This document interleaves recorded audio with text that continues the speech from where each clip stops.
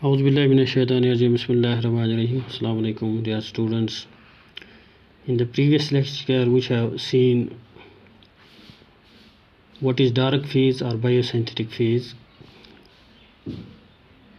During this dark phase or biosynthetic phase, carbon dioxide gets reduced to the carbohydrate level with the help of the reducing powers produced during the light reaction, that is ATP and NADPH. This dark reaction, it takes place in the stroma or matrix of the chloroplast, and we have also seen carbon assimilation can occur by three methods, that is Calvin cycle or C3 cycle, C4 cycle or Hatch and Slack cycle, causation acid metabolism pathway or cycle, that is CAM cycle. Today we will take up the Calvin cycle or Calvin-Benson cycle or C3 cycle. This Calvin cycle, which is the most common pathway of carbon dioxide fixation or reduction in plants. It is a cyclic biochemical pathway of reduction of carbon dioxide or photosynthetic carbon reduction cycle, which was discovered by Calvin, Benson and Basham in 1955, in which the carbon acceptor is a 5-carbon compound, that is ribulose 1,5-bisphosphate, and the first stable product is a C3 carbon compound 3-phosphoglyceric acid. That is why we call this as the C3 cycle. This C3 cycle, it has three types of reactions. Actually, it is a multi-step process, and they have been broadly divided into three steps, that is carboxylation, glycolytic reversal and regeneration of RUBP. So far as the carboxylation is concerned, this carboxylation involves the reaction of three molecules of RUBP, that is 5-carbon compound, which react with three molecules of carbon dioxide to produce a short-lived, or what we can say unstable intermediate, that is a 6-carbon keto acid. And soon the formation of this unstable 6-carbon keto acid, the enzyme Ribisco, it converts it into two molecules of 3-phosphoglyceric acid. And in the second step, that is glycolytic reversal, all the reactions involved in this step are the reverse of glycolysis. That is why we call it as the glycolytic reversal. Because we know during glycolysis, one molecule of glucose is broken down into 2 3-carbon compounds, that is 3-pyruvic acid, same or phosphoglyceraldehyde. Same thing happens here, but it takes place in reverse, that is 3-phosphoglyceric acid molecules are converted into glucose. That is why we call it as the glycolytic reversal. And then the third thing, that is regeneration of RUBP. For Calvin cycle to run continuously, there must be a regular supply of ATP and NADPH and sufficient amount of carbon dioxide acceptor, that is RUBP. In order to regenerate RUBP, the remaining triose phosphates undergo series of transformations, ultimately resulting in the formation of RUBP utilizing ATP. And these are the most important steps of this Calvin cycle. Now we will take the cyclic view of this cycle. What happens first? 6 molecules of carbon dioxide, they react with 6 molecules of 5-carbon compound, that is RUBP, and it produces first a 6-carbon intermediate, unstable intermediate, that is 6-beta keto acid. And this beta keto acid, it undergoes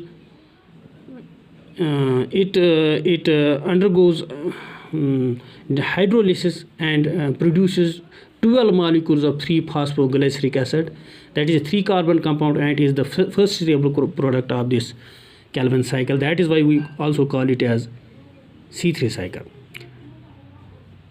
Then with the help of enzyme phosphoglycerokinase, these 3 phosphoglyceric acid molecules, they get converted into 1,3-diphosphoglycerate or 1,3-diphosphoglyceric acid molecule. Here 12 ATP molecules are utilized. With the result, 1 phosphoglyceric acid molecule is converted into 2 phosphoglyceric acid molecules. Then what happens here? These 12 molecules of diphosphoglyceric acid, they undergo dehydrogenation with the help of the enzyme triose phosphate dehydrogenase and produce 12 molecules of 3-phosphoglyceraldehyde, which is also a 3-carbon compound. Here 12 molecules of NADPH, they are utilized. And what happens here when 12 molecules of 3-phosphoglyceraldehyde acid are produced? It breaks the 12 molecules, they split and get separated into 4 groups of 2 molecules, 5 molecules and 3 molecules and 2 molecules. What happens then? These 5 molecules of 3-phosphoglycerate acid, with the help of enzyme isomerase, then they undergo isomerization and form 5 molecules of dihydroxyacetone phosphate. Aldehydes and ketones are isomers of each other. This aldehyde, 5 molecules of 3-phosphoglyceraldehyde, they undergo isomerization to produce 5 molecules of dihydroxyacetone phosphate. Then in the second step, these 5 molecules of dihydroxyacetone, they split and produce 3 and 2 molecules respectively. 3 molecules of this dihydroxyacetone phosphate and 3 molecules of phosphoglyceraldehyde, with the help of enzyme aldolase, they produce 3 molecules of 6-carbon compound, that is fructose 1,6-diphosphate. This fructose 1,6-diphosphate, it undergoes phosphorylation with the help of enzyme phosphatase. Dephosphorylation, what we can see, it undergoes dephosphorylation with the help of the enzyme phosphatase. It produces fructose 6-phosphate, 3 molecules of fructose 6-phosphate, which are also 6-carbon compounds. Out of these 3 molecules, 1 molecule of fructose 6-phosphate, it undergoes isomerization and it produces glucose 6-phosphate, that is, it produces the sugar. That means these reactions complete glycolytic reversal, that is the second step of this Calvin cycle. Then what happens? These one molecule produces sugar, that is glucose. 2 molecules of this fructose 6-phosphate, they react with the remaining 2 molecules of 3-phosphoglyceraldehyde and they produce 2 molecules of 4-carbon compound erythrose 4-phosphate and 2 molecules of 5-carbon compound, that is xylose 5-phosphate. We have here 2 molecules of 6-carbon compound, that means 12, and we have 2 molecules of 3-carbon compound, that is 12 plus 6, 18. Out of these 18, 10 produces xylose 5-phosphate, 2 molecules 5-carbon, and 8 produces 2 molecules of erythrose 4-phosphate, that is 2-carbon compound. Then this erythrose 4-phosphate molecules, 2 molecules, they react with 2 molecules of dihydroxyacetone phosphate and produce a 7-carbon compound, that is pseudoheptalose 1,7-diphosphate, with the help of the enzyme aldolase. And then in the another step, dephosphorylation once again takes place in the form of with the help of the enzyme phosphatase, and the pseudoheptalose 1,7-diphosphate gets converted into pseudoheptalose 7-phosphate, and these are also 2 molecules. Here the pseudoheptalose 7-phosphate, that is 7-carbon compound, 2 molecules, they react with 2 molecules, the last 2 molecules of 3-phosphoglyceric acid, with the help of the enzyme transketolase, they produce ribose 5-phosphate, 2 molecules.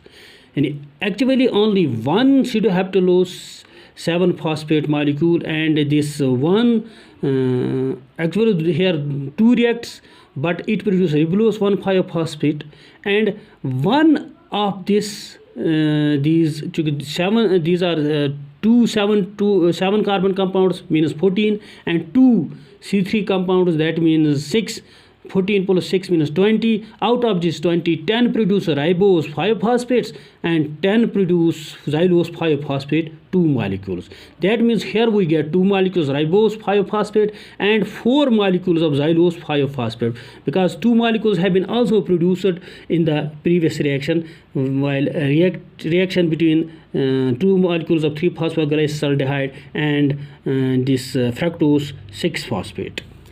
That means now we have 4 molecules of this xylose 5-phosphate, which are 5 carbon compounds, and 2 molecules of ribose 5-phosphate. This ribose 5-phosphate, it undergoes phosphorylation with the help of phosphoribokinase, and it produces ribulose 5-phosphate. Ribulose 5-phosphate, and this xylose 5-phosphate, it with the help of enzyme ribulose phosphate kinase, it also produces ribulose 5-phosphate. That means we now have 6 molecules of ribulose 5-phosphate. Here, with the help of enzyme phosphopentokinase, this ribulose 5-phosphate, it gets converted into RUBP. That means ribulose 1,5-bisphosphate. Any phosphorylation takes place. Here ATP gets produced and we get one more phosphate molecule, that is it produces ribulose 1,5-bisphosphate, that is in short known as RUBP. That means now we have this RUBP. On one hand we produce sugar, on the other hand we produce 5 carbon RUBP, which is now ready to get another carbon dioxide molecule to continue the cycle. In this way we have completed this Calvin cycle. And we have now seen in Calvin cycle, this Calvin cycle involves 3 steps, 3 reactions: carboxylation, glycolytic reversal, regeneration of RUBP. During carboxylation, 5 carbon compound RUBP, it reacts with carbon dioxide to produce the first stable product, that is 3-phosphoglyceric acid, and then in the glycolytic reversal, these 3-phosphoglyceric acid molecules, what we can say 3-phosphoglyceraldehyde molecules, they get converted by a series of reactions, they get converted into sugar molecules. That is the reverse of all the reactions, are the reverse of glycolysis of respiration, and that's why we call it the glycolytic reversal. And to run this Calvin cycle continuously, there must be regular supply of ATP and NADPH and sufficient amount of carbon dioxide absorption, that is RUBP, present. In order to regenerate RUBP, the remaining triose phosphates undergo series of transformation, ultimately resulting in the formation of RUBP utilizing ATP, thus completing this Calvin cycle. This is all for today. Thank you. Assalamu alaikum wa rahmatullah.